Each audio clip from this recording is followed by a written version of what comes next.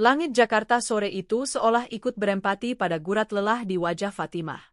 Hujan deras yang tak kunjung reda sejak siang tadi membasahi jendela indekosnya di bilangan kebun kacang, Tanah Abang, seolah mencuci bersih sisa-sisa harapan yang kian menipis.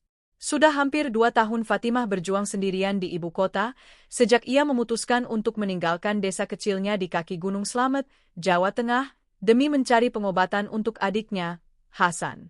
Hasan, yang kini terbaring lemah di bangsal kelas 3 Rumah Sakit Umum Pusat Nasional Dr. Cipto Mangunkusumo, RSCM, mengidap penyakit langka yang membutuhkan biaya fantastis dan perawatan intensif yang tak bisa didapatkan di klinik desa mereka. Fatimah ingat betul, setiap tetes air mata yang jatuh membasahi sajadahnya adalah lantunan doa yang tak pernah putus. Doa agar Hasan sembuh, doa agar ada rezeki yang tak disangka datang, doa agar dirinya diberi kekuatan untuk terus berjuang. Ia menatap nanar ponselnya yang sudah retak di beberapa bagian. Layarnya menampilkan daftar panggilan tak terjawab dari ibunya di kampung. Ia tahu, di seujung telepon sana, ibunya pasti sedang menahan tangis, mengkhawatirkan kondisi Hasan yang terus memburuk sekaligus Fatimah yang jauh dari jangkauan, berjuang sendirian di kota besar yang kejam ini. Sebuah notifikasi pesan masuk dari Dr. Rina, dokter spesialis anak yang selama ini dengan sabar menangani Hasan. Jantung Fatimah berdesir tak karuan, seolah ada tangan tak kasat mata yang meremasnya kuat-kuat. Ia membuka pesan itu dengan jemari gemetar, napasnya tertahan di kerongkongan. Fatimah, kondisi Hasan menurun drastis. Ada indikasi komplikasi baru. Kita perlu segera melakukan tindakan lanjutan, mungkin operasi kecil untuk stabilisasi. Bisakah Anda segera ke rumah sakit?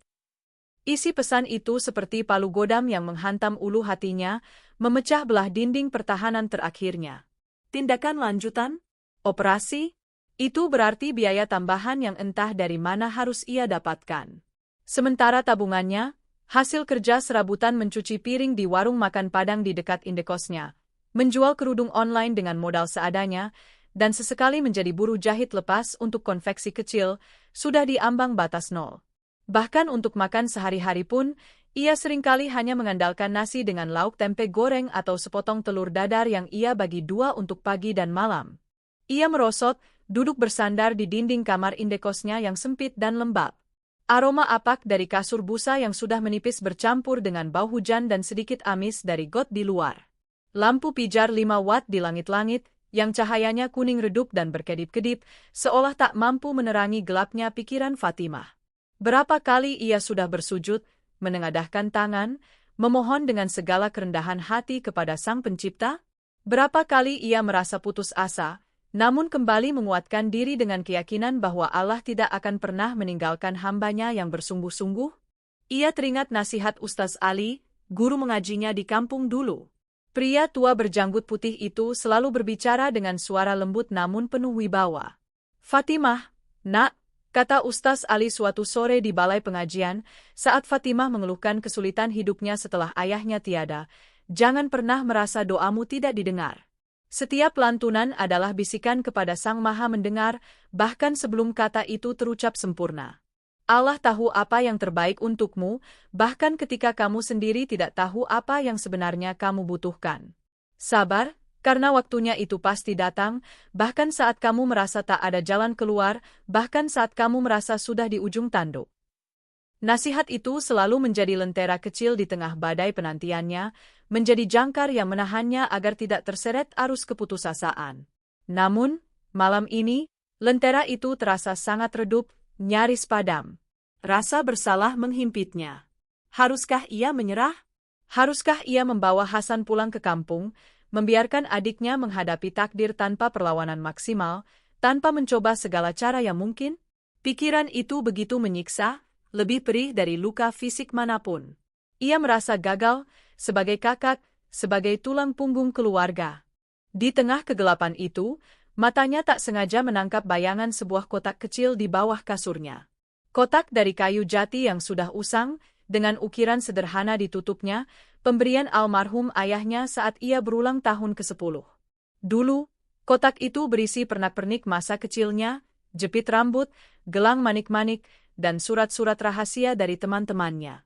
Kini, di dalamnya tersimpan beberapa kenangan yang lebih berharga, foto keluarga yang sudah pudar, sebuah sapu tangan bordir buatan ibunya, dan selembar kain batik tulis peninggalan neneknya yang sudah mulai lapuk. Fatimah meraih kotak itu, seolah ada dorongan tak terlihat yang membimbingnya.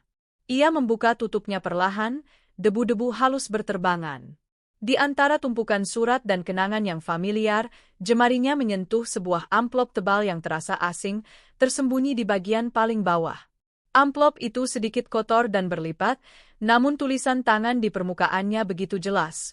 Untuk Fatimah, setelah ayah tiada.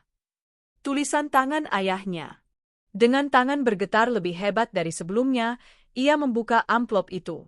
Di dalamnya ada beberapa lembar uang kertas lusuh, jumlahnya tidak seberapa, mungkin hanya cukup untuk beberapa kali makan di warung. Namun, yang membuat Fatimah terkesiap adalah sebuah sertifikat tanah kecil. Sertifikat itu atas nama ayahnya, sebidang tanah kosong di pinggir desa, tidak jauh dari sungai kecil yang dulu sering ia kunjungi bersama ayahnya saat kecil. Tanah itu tidak terlalu luas, hanya sekitar 100 meter persegi, namun di sanalah ia sering mendengar ayahnya bercerita tentang impian membangun rumah sederhana untuk keluarganya, dengan kebun kecil di belakangnya. Fatimah tidak pernah tahu sertifikat ini ada. Ayahnya meninggal mendadak karena sakit keras beberapa tahun lalu, meninggalkan mereka dalam keadaan serba kekurangan, bahkan tak sempat mengurus warisan atau memberitahu tentang aset kecil ini. Ia meremas sertifikat itu, pikirannya berpacu.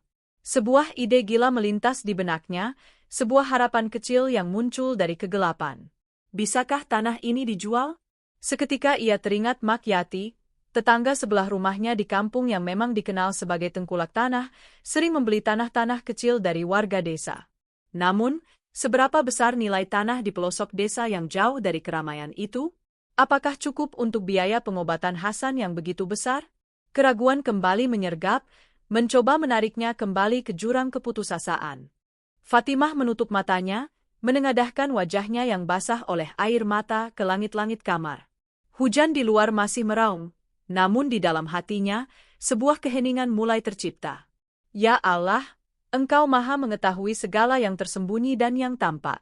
Jika ini jalan MU, jika ini adalah jawaban dari doa-doa hamba, mudahkanlah. Jika ini bukan, tunjukkanlah jalan lain yang lebih baik. Hamba berserah. Hamba yakin, tidak ada doa yang terlewatkan di sisi MU. Engkau tahu yang terbaik untuk Hasan, untuk kami. Hamba akan bersabar, karena waktu MU pasti datang. Ia merasakan sedikit ketenangan menyelimuti hatinya, sebuah kehangatan yang perlahan mengusir dinginnya kekhawatiran. Keyakinan itu, perlahan namun pasti, mulai menyalakan kembali lentera di jiwanya. Mungkin, ini adalah salah satu cara Allah menjawab doanya, melalui jalan yang tak pernah ia duga, melalui sebuah warisan tersembunyi dari almarhum ayahnya. Harapan, sekecil apapun, kini kembali menari di relung hatinya, memberinya kekuatan untuk menghadapi esok hari.